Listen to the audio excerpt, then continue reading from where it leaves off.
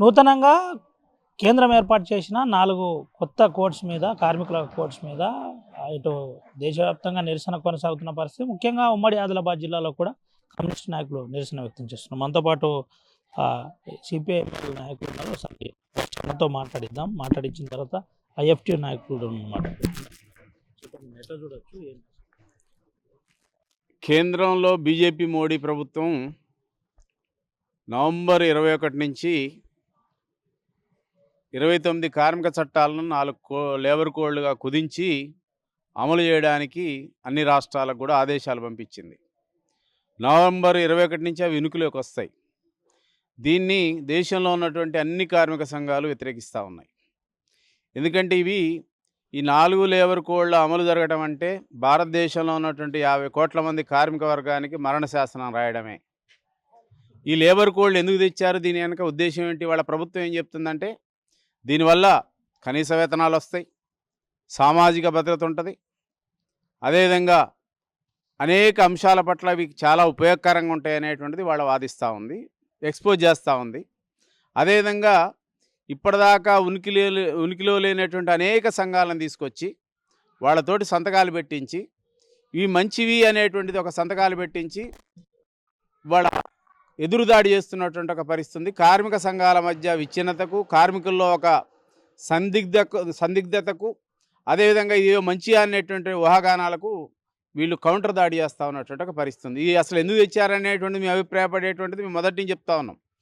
2019లో corona కంటే ముందు veg code ఒకటి, అదేవిధంగా మిగతా 3 కోడ్లు ఏవైతున్నాయో కరోనా కాలంలో పార్లమెంట్లో వీటిని ఆమోదించారు.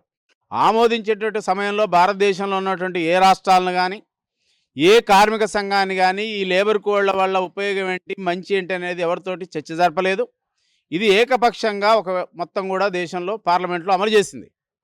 దీని వెనక ప్రధానంగా కార్మికుల ప్రయోజనాల కంటే కూడా కార్పొరేట్ల యొక్క ప్రయోజనాలు ఉన్నాయి.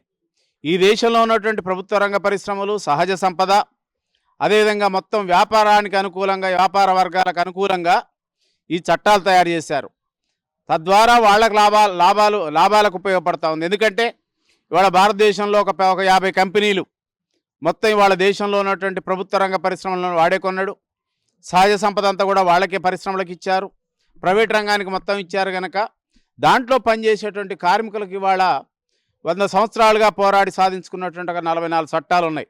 8 గంటల పని విధానం, లేదు trade union act, ID act, అదేవిధంగా గ్రాట్యుటీ యాక్టు, బోనస్ యాక్టు, ఈ 44 చట్టాలు ఏవైతున్నాయో ఇవి ఉత్తగా రాలేదు. కార్మిక వర్గం ఒక 200 సంవత్సరాలుగా అమెరికాలోని చికాగో వర్గం నుంచి భారతదేశం వరకు ఒక 200 సంవత్సరాలు కొట్లాడితే ఈ చట్టాలన్నీ కూడా వచ్చినాయి. ఈ చట్టాలను ఇప్పుడు మార్చడంలో ఉద్దేశం ఏంటంటే ఈ చట్టాలు కార్మిక వర్గానికి అనుకూలంగా ఉన్నాయి. కొంత సమ్మె చేయడానికి, సంఘాలు పెట్టుకోవడానికి, అదేవిధంగా చట్టపరమైనటువంటి అనేక హక్కులు దీంట్లో ఉన్నాయి. ఈ ఉన్న హక్కులు ఇప్పుడు అమలు చేయటం లేదు. లేబర్ డిపార్ట్మెంట్ అమలు చేయటం లేదు, ప్రభుత్వాలు అమలు చేయటం లేదు, కనీస వేతనాలు అమలు చేయటం లేదు. ఇవన్నీ కూడా దీంట్లో ఉన్నాయి.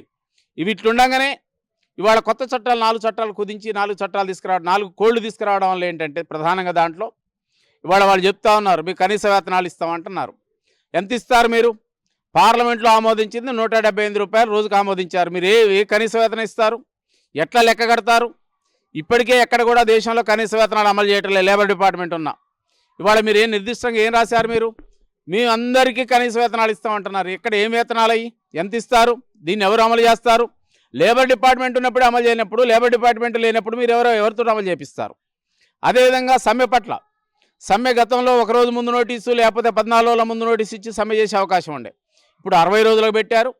60 రోజుల తర్వాత కూడా బార్గెనింగ్ చేయాలి తప్ప, చర్చలు చేయాలి తప్ప, వార్ రూమ్లో చర్చలు చేయాలి తప్ప సమ్మె చేయడానికి కుదరదు.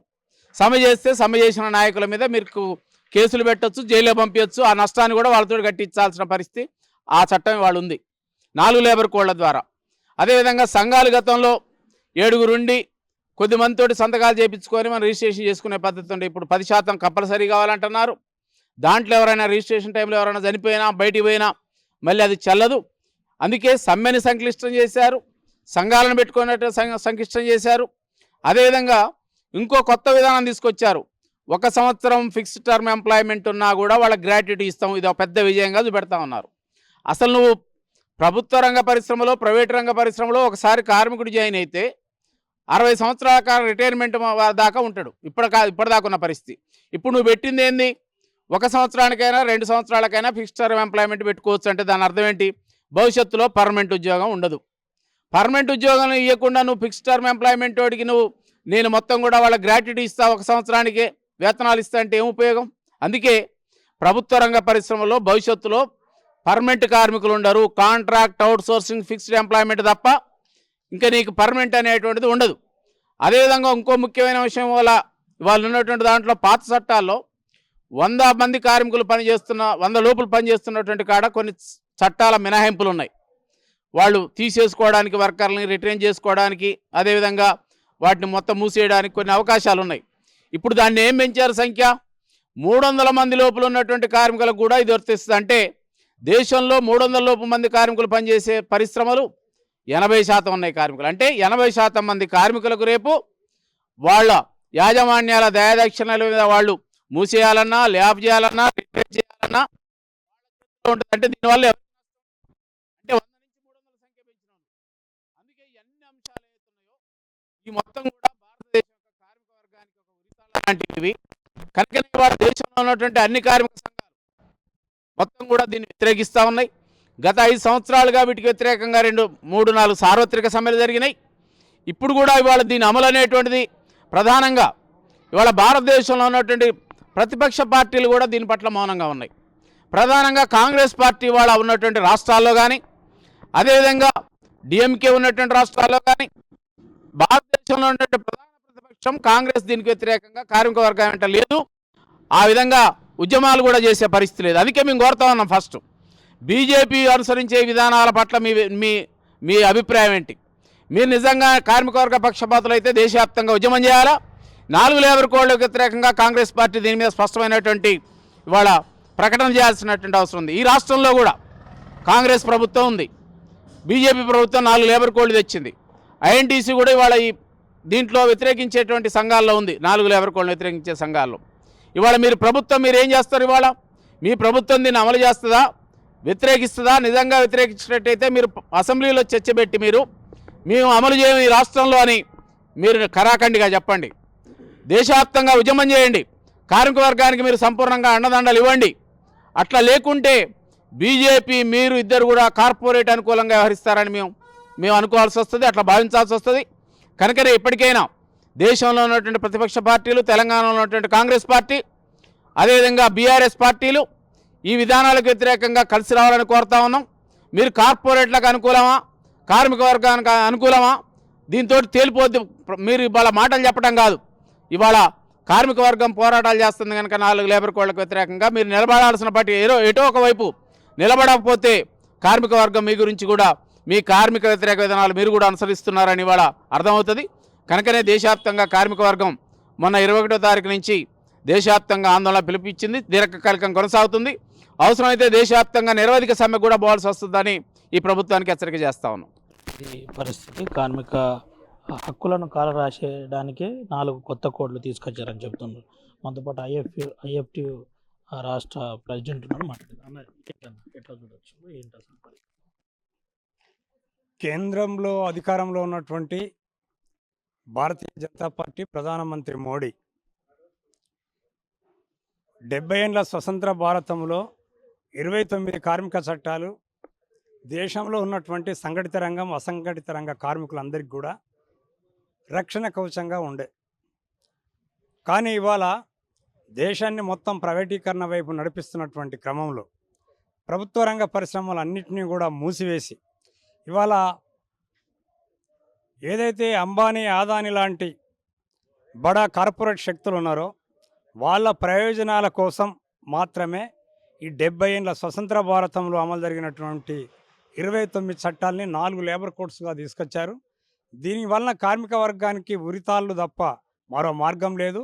మొత్తం కార్మిక వర్గాన్ని కట్టు బానిసలుగా చేసి ఇవాళ మొత్తం దేశ సంపదను, ప్రకృతి వనరులను ధ్వంసం చేస్తున్నటువంటి కార్పొరేట్ శక్తులు ఇవాళ కార్మిక వర్గం మీద కూడా దాడి మొదలేసింది. ఆ దాడి తీవ్రమై ఇవాళ ఉన్నటువంటి చట్టాలన్నింటినీ కూడా మార్చేసే వరకు కూడా ఇవాళ అది పొంచి ఉంది. కనుక రేపటి నుండి ఇలా 21 నుండి ఇది అమల్లోకి వచ్చింది. దీని ఫలితాలు భవిష్యత్తులో చాలా తీవ్రంగా ఉండబోతున్నాయి. భవిష్యత్ కార్మిక వర్గం ఖచ్చితంగా దీని యొక్క చెడు దుష్ఫలితాలన్నీ కూడా అనుభవించక తప్పదు. కనుక దీన్ని ప్రతిఘటించాలంటే గత 5 ఏళ్ళుగా దేశంలో ఉన్నటువంటి కార్మిక సంఘాలు, ఫెడరేషన్లు అన్నీ కూడా ఐక్యంగా కేంద్రంలో ఉన్నటువంటి ప్రభుత్వం పునరాలోచన చేయాలి. 4 లేబర్ కోడ్స్ను కూడా రద్దు చేయాలి, మీరు పాత లేబర్ చట్టాలని పునరుద్ధరించాలి అనేటువంటి ఏకైక డిమాండ్తో దేశవ్యాప్తంగా అనేక ఆందోళనలు, అనేక భారత్ బంధులు, ఒకరోజు సమ్మె, 3 రోజుల సమ్మెలు కూడా దేశంలో జరిగినాయి. కానీ ఏ ఒక్కనాడు కూడా మోడీ ప్రభుత్వం కార్మిక సంఘాలతో చర్చలు జరపలే. ఏది పాసిబుల్, ఏది కాదు అనేటువంటిది కాకుండా వాళ్ళ గుత్తగా మొత్తం చట్టాలు తీసుకురావడం జరిగింది. ఇది కార్మిక వర్గానికి చాలా నష్టదాయకమైనటువంటిది. ఖచ్చితంగా వీటికి వ్యతిరేకంగా ఇప్పుడు కూడా దేశంలో ఖచ్చితంగా దీన్ని ప్రతిఘటించాల్సినటువంటి అవసరం ఉంది. దీన్ని ప్రతిఘటించకపోయినట్టయితే భవిష్యత్ తరాలు చాలా బానిసత్వంలోకి వెళ్ళేటువంటి పరిస్థితి ఉంది. కనుక దేశంలో ఉన్నటువంటి కార్మిక వర్గం సంఘటిత రంగంలో, అసంఘటిత రంగంలో ఏదైతే ఇన్నేళ్ళు ఆ చట్టాలు మనకు రక్షణగా ఉన్నాయో, ఆ రక్షణ లేనటువంటి చట్టాలు ఇవాళ ట్రేడ్ యూనియన్లను నిర్వీర్యం చేసి, అదేవిధంగా మొత్తం ప్రైవేట్ శక్తుల యొక్క ప్రాబల్యాన్ని, పెట్టుబడుల్ని పెంచడానికి ఇది తోడ్పడుతుంది తప్ప మరి ఈ రకంగా కూడా కార్మిక వర్గ ప్రయోజనాలకు ఇది ఉపయోగపడదు. దీన్ని మనం వ్యతిరేకించకపోయినట్టయితే, ప్రతిఘటించకపోయినట్టయితే చాలా తీవ్రమైనటువంటి ఫలితాలు మన భవిష్యత్తు అనుభవించక తప్పదు.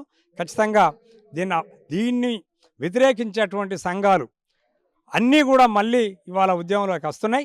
రేపు భవిష్యత్తులో కూడా అనేక పోరాటాలు తీవ్రమవుతాయి. దీనికి పూర్తి బాధ్యత కేంద్రంలో అధికారంలో ఉన్నటువంటి భారతీయ జనతా పార్టీ, ప్రధానమంత్రి మాత్రమే ఈ బాధ్యత వహించాల్సి వస్తుంది. రాబోయేటువంటి ఎట్లుండబోతుందన్న అంటే దీంట్లో మీ భాగస్వామ్యం, మీ పోరాటపరమైన అంశంలో ఏ విధంగా ఎఫ్టీ నుండి ఏ విధమైన కార్యాచరణ? పరిశ్రమలలో విస్తృతమైనటువంటి ప్రచారం ఇప్పుడు కాదు, ఈ కోడ్స్ తీసుకొచ్చినప్పటి నుంచే విస్తృతంగా ప్రచారం జరిగింది. అనేక రకాలుగా కార్మిక వర్గాన్ని ఎడ్యుకేట్ చేసినాం. కార్మిక వర్గం కూడా కార్మిక సంఘాలు తీసుకున్నటువంటి అన్ని కార్యక్రమాలను విజయవంతం చేసినారు. కానీ కేంద్రంలో ఉన్నటువంటి ప్రభుత్వం మాత్రమే చాలా మూర్ఖంగా, దుర్మార్గంగా చర్చలు జరపకుండా, ఆర్డినెన్స్ను ఏదైతే సవరించకుండా దుర్మార్గంగా 4 చట్టాలను తీసుకొచ్చింది తప్ప కార్మికులు ఏనాడు కూడా వీటిని ప్రతిఘటించగలేరు, నిరసనలు తెలియజెప్పలేరు. కానీ ప్రభుత్వమే మొండిగా వ్యవహరించింది. కనుక ప్రభుత్వమే దీని ఫలితాలని, రేపు ఉద్యమాలు కొనసాగితే, పరిశ్రమలు బంద్ అవుతే వచ్చేటువంటి పరిణామాలన్నిటికీ కూడా మోడీ ప్రభుత్వమే బాధ్యత వహించాల్సి ఉంటుందని చెప్పి ఐఎఫ్టీగా మేము హెచ్చరిస్తున్నాం. కార్మిక వర్గం కూడా వీటిని ఖచ్చితంగా ఎదుర్కోవడానికి మన సంఘాలు కానీ, ఇతర సంఘాలు కానీ ఐక్య ఉద్యమాలు మనం నిర్వహించి పెద్ద ఎత్తున కార్మిక వర్గ ప్రయోజనాలకు మనం నిలబడాల్సినటువంటి అవసరం ఉందని కూడా మేము ఐఎఫ్టీ తరఫున కూడా రాష్ట్రంలో, కేంద్రంలో ఉన్నటువంటి ప్రభుత్వాలకు హెచ్చరిక చేస్తున్నాం. కార్మిక సంఘాలు కూడా ఐక్యంగా ఉద్యమించాల్సిన అవసరం ఉందని వారికి కూడా విజ్ఞప్తి చేస్తున్నాం. ఇది పరిస్థితి. 78 పాత చట్టాలను రద్దు చేస్తూ 4 లేబర్ కోడ్లను, అంటే నూతన కోడ్లను తీసుకొచ్చి హక్కులను హరించే ప్రయత్నం చేస్తున్నారు. అంత ప్రైవేటీకరణ దిశగా కేంద్ర ప్రభుత్వం ఈ కోడ్ పేరుతో ముందుకొస్తుంది. అందరూ అప్రమత్తంగా ఉండాలి. కార్మికులు సంఘటితంగా పోరాటం చేయడానికి సిద్ధంగా ఉండాలని కమ్యూనిస్ట్ నాయకులు, ఐఎఫ్టీతో పాటు సిపిఐఎంఎల్ నాయకులు శ్రీనివాస్ చెప్తున్న పరిస్థితి. సుమంతో రవినాయక్, ఆర్టీవీ, ఆదిలాబాద్. చరిత్ర సృష్టించినోడు ఇప్పుడు ఆ చరిత్రని తిరగరాయబోతున్నాడు. అబద్ధాల గోడల్ని బద్దలు కొట్టి నిజాలను రాగా మీ ముందుంచబోతున్నాడు. నిజమైన వార్తల కోసం వెంటనే డౌన్లోడ్ చేసుకోండి రా యాప్ని.